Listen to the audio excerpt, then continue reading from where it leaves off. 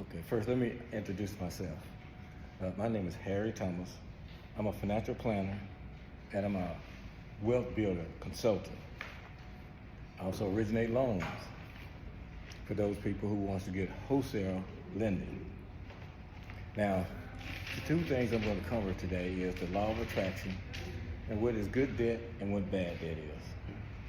First of all, as you see right here in my hands here, I have $500. The law of attraction says that if somebody comes and gives you money, and say they give you money, the first thing you're supposed to do with that money is give it away, 10%. It's called tithe. You give it to the church, you give it to poor, needy, widows, offerings, you give it to them. By doing that, you just reacted or you enacted a law of attraction. The law of attraction says money will come to you. And when money comes to you, the next thing you would do with the balance of it, you'll give a 10% to yourself. That leaves you with 80%. Now, with 80%, the law says it wants you to multiply it. So when you do those three things, the law of attraction engages itself. Now, what is the law of attraction? The law of attraction is similar to having, it's like the law of gravity.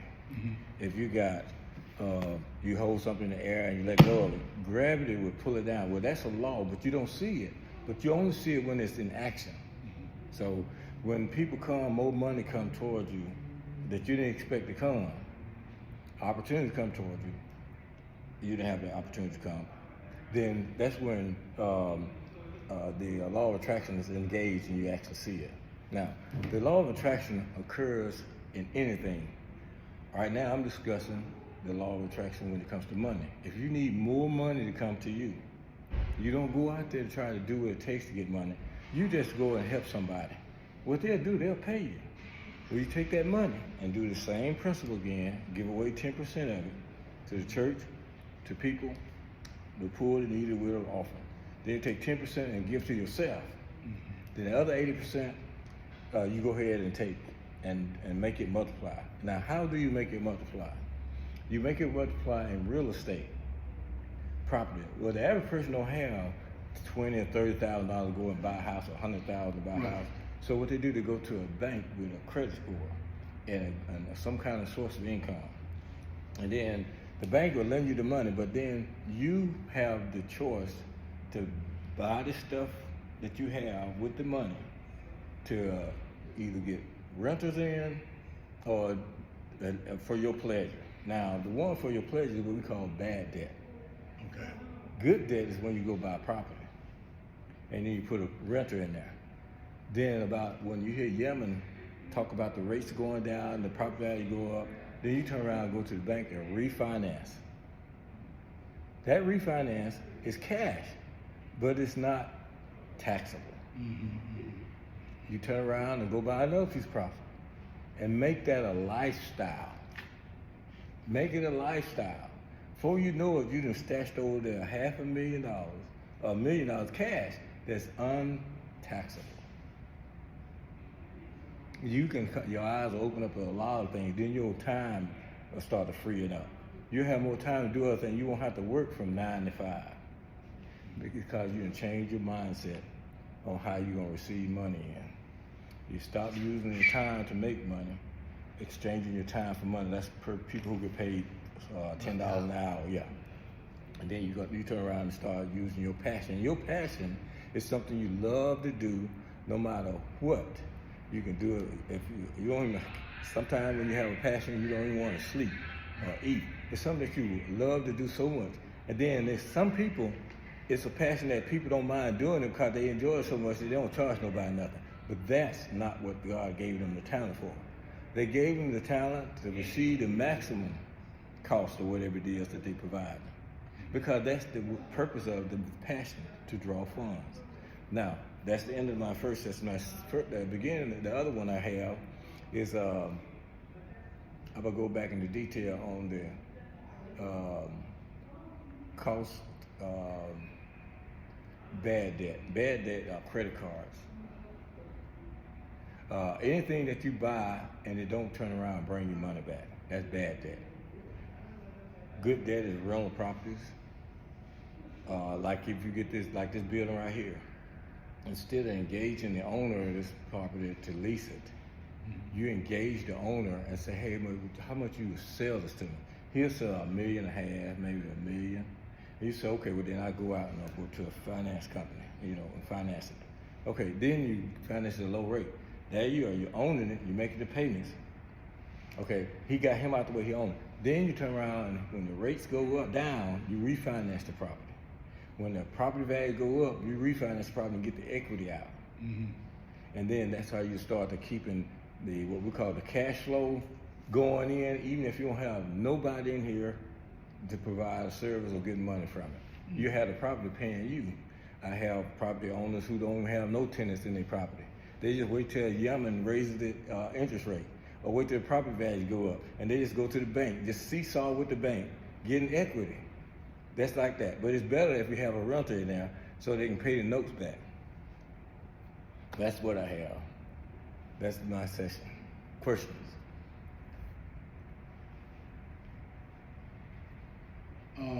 Question. Most of us, Yeah, I'm listening. a lot of us have been taught, or we've got into the habit of being kind of lax, and we don't refinance. We've been taught to be happy with what you have and so forth, and so a lot of us don't refinance. We just kind of get happy with, I think it's called product loyalty, and we just become loyal to our little mortgage company, our little finance company and all that, and the rates are going up and down, but we don't roll with the punches like a fighter or something.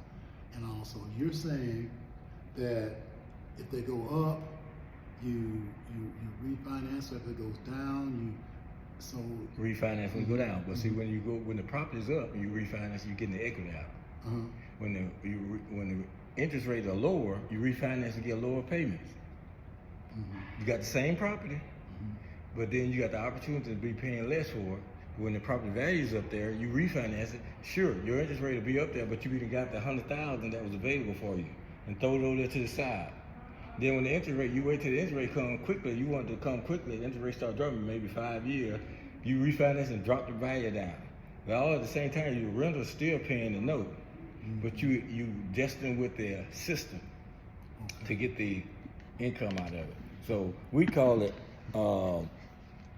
taking the flower and getting the pollen out of it, or taking the fruit and getting the apples off of it. The apples are the equity. Every time a fruit go on the tree, then you go pluck it. You plucking the equity out of it. And see, but the tree, you can have the tree is the property, and you can have somebody renting it to pay the cost of the tree, while you getting the apples off of it, which is the equity. That's the simplest term. That's the simplest way. Now, in my mortgage business, I provide the wholesale lending. That's where you go buy a house. You don't have to buy a retail price like the banks charge you. The banks charge a retail price on lending you money to buy a house. We give you wholesale. We cut out all those fees and stuff that they got on the back end alone. And so, anyway, so once you, then you get, but the idea is to start when you're young. And no matter if you're young or old, that concept is very powerful. I was 19, 20 years old when the idea came to me. So I went out there and bought some property, and then I'm gonna end up with this conversation.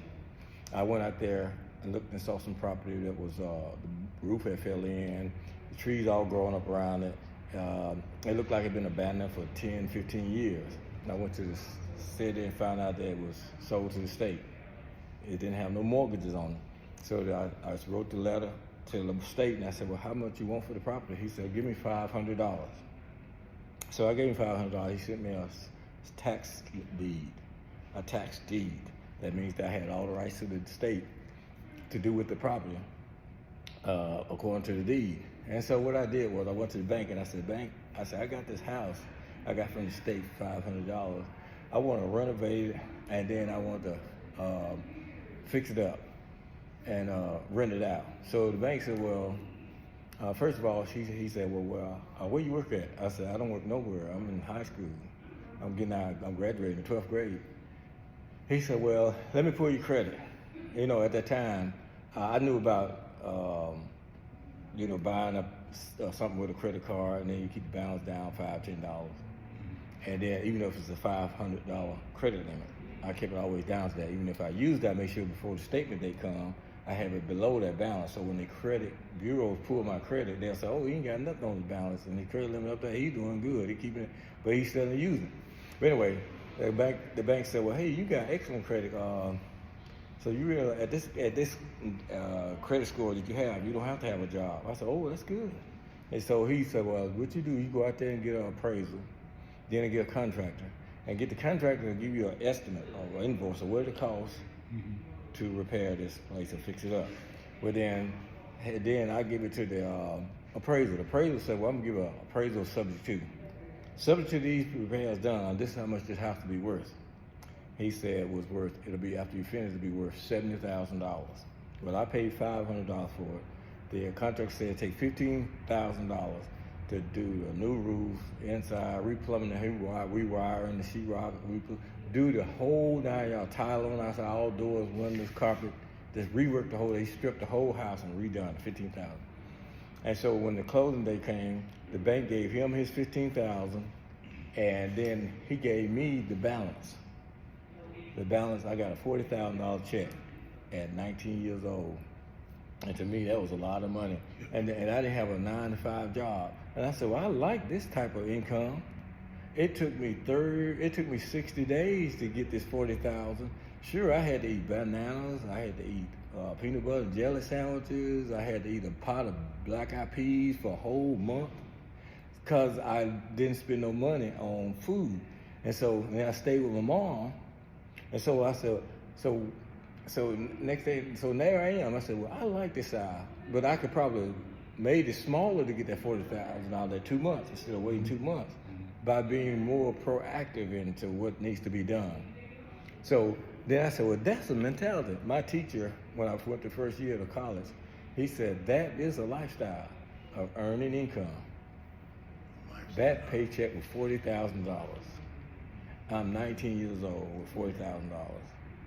And what I did with that $19,000, I paid the mortgage up 3 years in advance. I just took the money off because the payments was only $285 a month. I paid the whole 3 years in advance on the $40,000 after I paid my tithes. Now I put the practice what I tell you. You got to get rid of some of that money first. It's called tithing. You got to hurry up, get rid of it. And then I turned around and gave myself a few dollars. And then the rest of it, I put it into another piece of property. Okay, and the part I took for myself, I went on vacation for 3 years. I went on cruises, 2 or 3 cruises a year. I just enjoyed life. And I said, man, if I get another house like this and get $40,000, what would I do? And then I said, well, and that's what I did. Turned around, I got another house. And I got $20,000 off of that. So next thing I know, I said, oh, I was living off of each project. And it was nice. No rest, no problems with going to work from 8 to 5, going to that stressful performance thing where if you don't do right, you fired. If you go to the restroom too many times, or you can't go to the restroom because you're in the middle of something that and then you congesting yourself and blocking yourself up, so you can't hold yourself and that stuff that germinating inside of you when you actually need to go and let it out. But that's going against you. So for 40 years, when you get 40 years old, you have a big belly because you need to compact all that stuff in your butt, in your stomach. And then you start getting that sugar diabetes and blood pressure going up. And then next thing, your hair falling out. Yeah, you really working against yourself when you working an 8 to 5 job. Those are benefits of working an 8 to 5 job. Now, I'm not criticizing the 8 to 5 job. I'm just saying God, in God's kingdom, He has this law of attraction that money just come to you. But that's the end of my section. That's the value I have to share. Any questions, and then we'll wrap it up. I told them to bring up questions if they had any questions, and I made a note here to make your success as a lifestyle, and I mentioned you mentioned financing and refinancing. that's something that I have not been doing. Now, I've been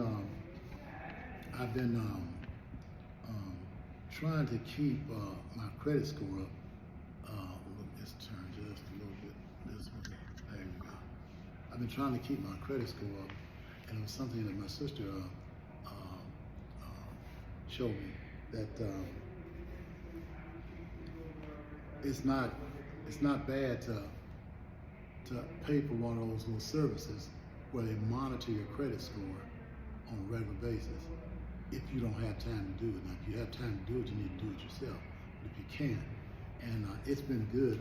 I have not really adhered to it like I should, but it actually tells you when your score goes up or down or what's causing it. And most of the time I found out if you call in and talk to them, they'll show you exactly what pulled it down so many points or up so many points. And you'd be surprised, it's just a lot of little things. For instance, I was 70 some years old before I realized that if you have a $10,000 credit limit on your card, if you spend if you get $5,000 in debt, over which is 50% of your credit limit, it deducts points from your credit score that you should only get about 20 to 30% of the credit card, and then the key is to pay it, and it runs it up. Oh, okay. Can you elaborate a little bit on that? Yes, I'm sure glad to. Credit, how to make credit, increase your credit score.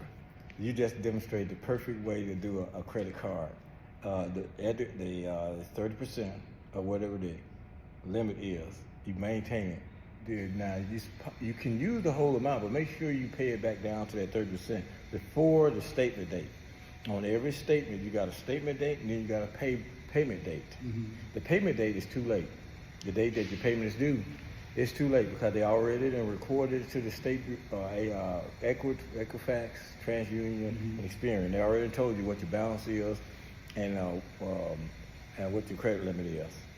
So you start looking at the statement. Okay, you say, okay, I got a $500 credit limit, and my balance is $400.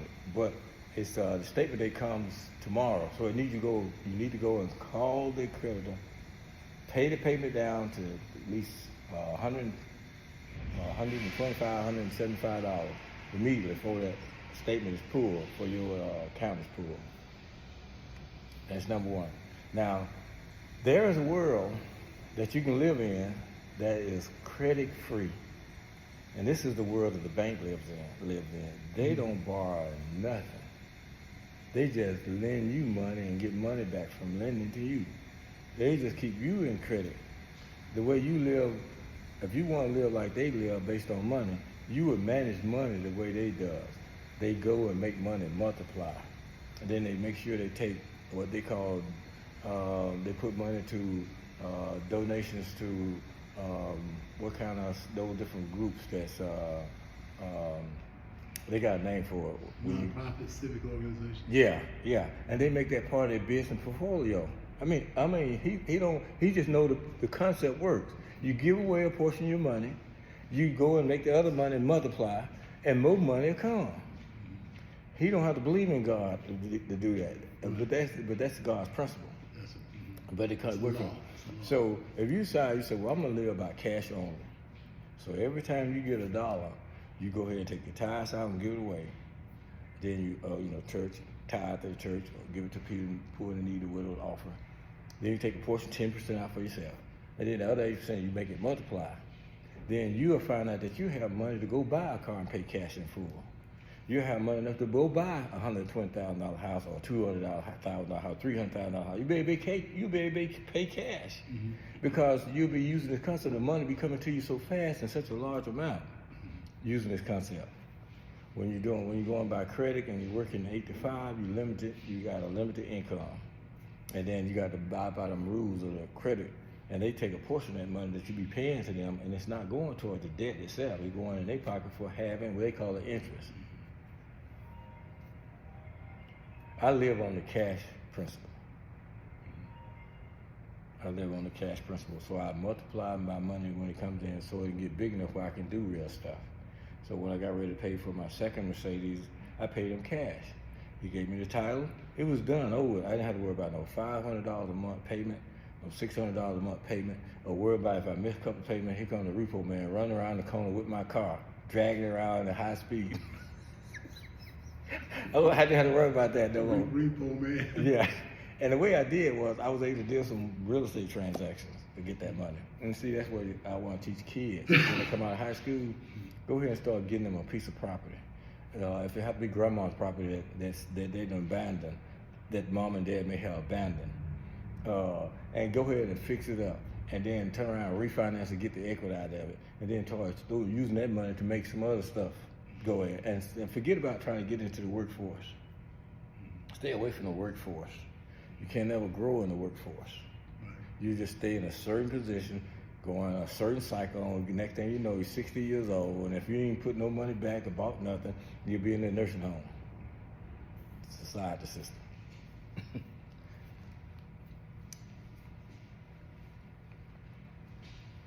You mentioned that there's good debt and there's bad debt. Would you share with us a little bit more about the difference between good and bad and what we should focus on? If there's bad debt, once we identified, or I guess you gave us a few hints of what bad debt was, how do we, what's your system or suggestion for eliminating it? Okay, for bad debt, take the smallest credit card balance and pay it off. But to get it down to about $10 and just maintain it there, don't use it no more. Just keep $10 balance. Now, to keep a $10 balance on the card, you're gonna have to pay the $10 off and then turn around and charge the $10. So I suggest pay the $10 off after after statement date, then turn around and charge it again. So next month it showed that it got a $10 balance. Then it showed that the month after that it showed being paid off. So you've been in a cycle of maintaining a history for that card, but you're not using it no more. But you're just keeping a balance there. Now, after you do that, you take the money that you was paying for that card, you go and start hitting at the next size credit card until you get them all to the point where you're just paying $10 on each one of them. You say, well, what if I need a credit card one day to rent a car or to get a motel, stuff like that? You only keep one card. Now, I usually use a debit card, but the credit card is better when it comes to renting a car and motel because they won't charge a deposit. They'll just go ahead and let you use it or pay the amount that you're going to use. Other than that, just have one. And that's how you get rid of the bad debt. Now, how you increase the good debt is the money that you used to pay on the bad debt, you start saving it up to buy property. That's the key thing. As fast as you can to buy property, to rent out or resell. You said rent out or resell. Or resell, yeah. Rent out or resell. And then when the kinds that you rent out, you just keep refinancing the mortgage on it. Borrow against it, refinance, especially if you got houses that ain't got no debt on it. Just go ahead and refinance the house and get that money set over to the side. I got a guy, he bought the house with $8,000 during the COVID time. He got it for $8,000. Yesterday, he turned around, went to me, and refinanced it. He didn't owe nothing on it. He refinanced it. The property was worth $136,000. So he refinanced the whole amount. What he did was, I told him, I said, why don't you go ahead and just pay off all your debts? And so he paid off his truck, his car, all his credit cards, all his other Home Depot accounts. He paid off everything, and he walked away from the table with all his debts paid off with $64,000. He immediately turned around and looked for another piece of property. Now he's gonna get rid of UPS. He makes $115,000 a year driving for UPS at night.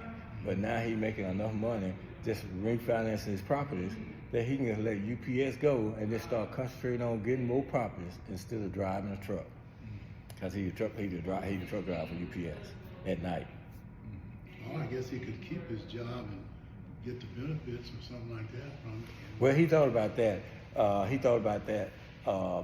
He decided to get that for when it comes to medical insurance. He decided to just buy what's called self-employed insurance. coverage and just paid it for the year. He paid the premium for the year. So he covered for a year. He didn't have to worry about making payments. So whenever we go to the hospital, he had the coverage for insurance.